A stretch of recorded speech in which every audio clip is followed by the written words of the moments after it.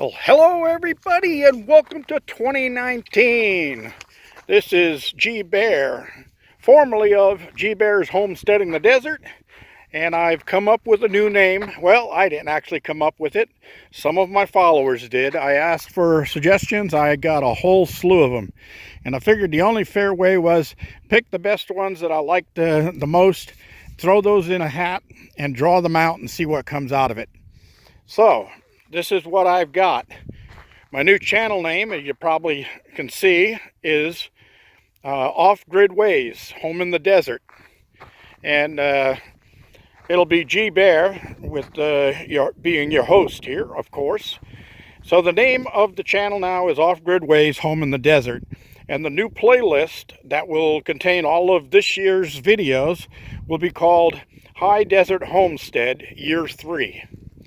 So make note of that, and you can look around on my site. I have quite a few playlists there, but this is a new year, so we're going to start it off fresh.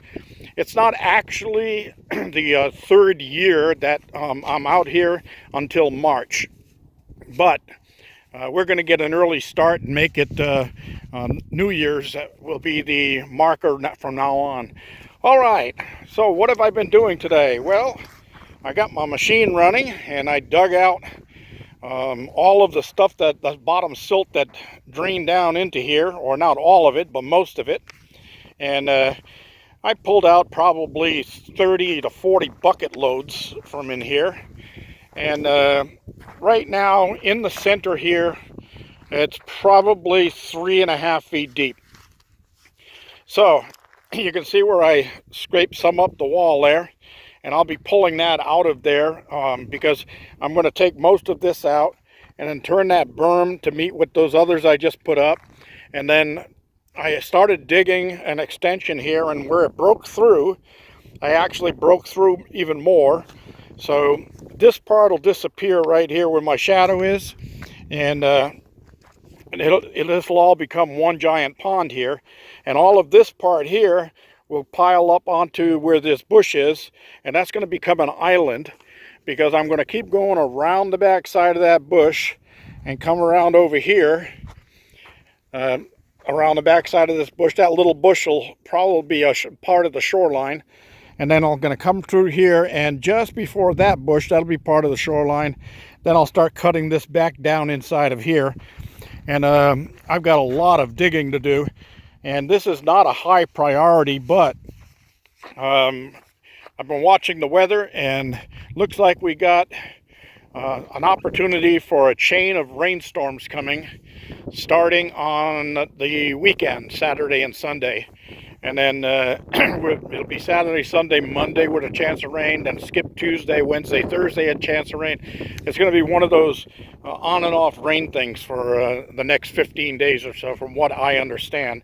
Of course, they were wrong about the rain that was supposed to come here a couple of days ago. Not a drop.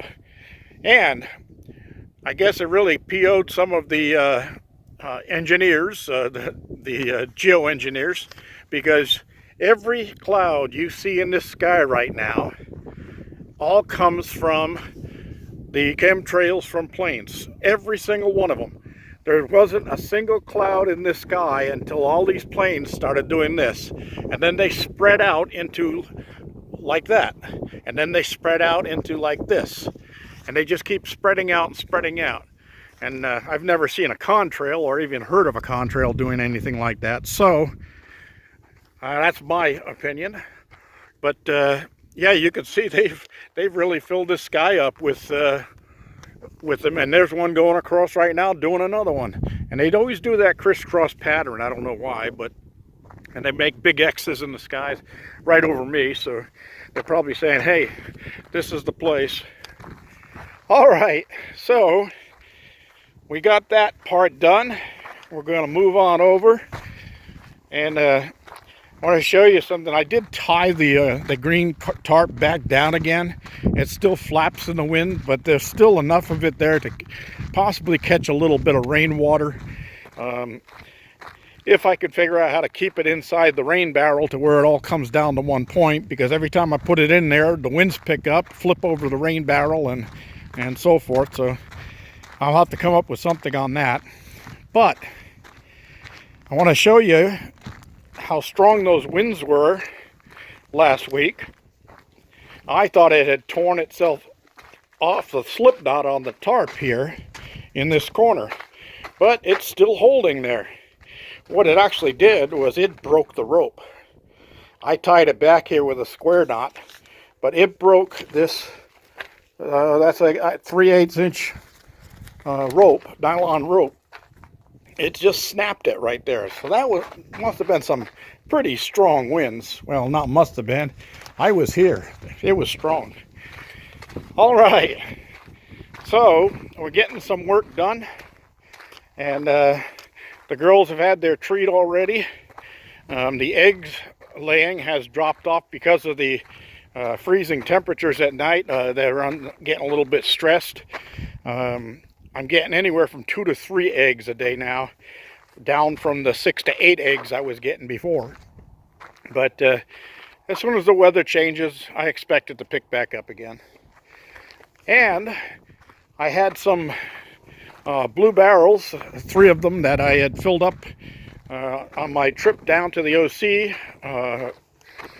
last week. And I filled that barrel up, and I filled all of those 4 barrels up. So I've got full irrigation right now. And I probably can use about 60 more gallons to top off all of my backup water barrels for the big tank. And then every time I bring water after that, I'll just pump it straight into the tank if I don't need it elsewhere. And keep that tank filled. Because when the rains come, this ground out here gets soft. And to have a water truck with either 2500 or 3700, whichever guy I have called, either way coming out here, they get stuck in this mud out here, because even my van sinks 2 to 3 inches into the compacted road after a heavy rain. That's why I have that drag sled, and those of you who haven't seen my drag sled, you'll see it in some of my older videos. I hook that behind my ATV and drag it around and cut the roads, and if there's ridges and tire tracks in the roads, I can cut those right out with my my drag sled. I made that out of an old treadmill. Anyway, I'm still plenty of water up there. I've only used probably 750 gallons out of the 2,500 since I got it filled back like the 1st of November, I guess it was. So I have been a little sloppy with water and taking those extra long hot showers indoors. But the weather will change. We'll get back to the summer here pretty soon, and I'll be back to using the outdoor shower where I save a lot of water. I can only use about 5 gallons a week in the outdoor shower because it's got a spring-loaded shower head, so the water doesn't keep running. You turn it on, get wet, you soap up, and then you turn it on and rinse off. So it's very water efficient, and that's what you have to do out here in the desert. So this is G Bear reminding you, if you like my videos, to give me a thumbs up down there. Click the like and like my videos. That helps me. And if you haven't already, please subscribe. And if you haven't already, get somebody else to subscribe.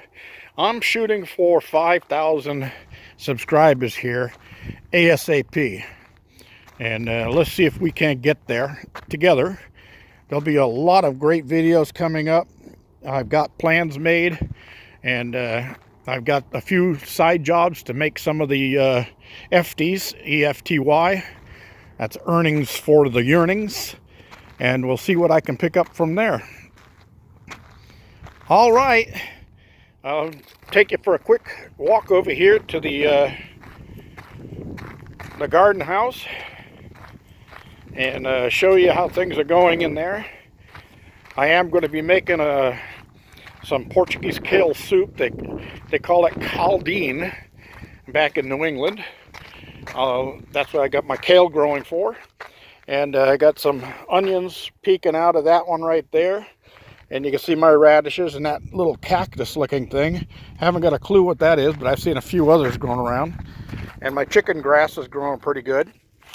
But everything else, except for my trees, and the deep freezes out here down into the low 20s, took care of all of the rest of those vegetable plants. But I've got some started inside, and I've noticed some buds starting to pop on my trees. That's a little early for them, but the weather out here is crazy.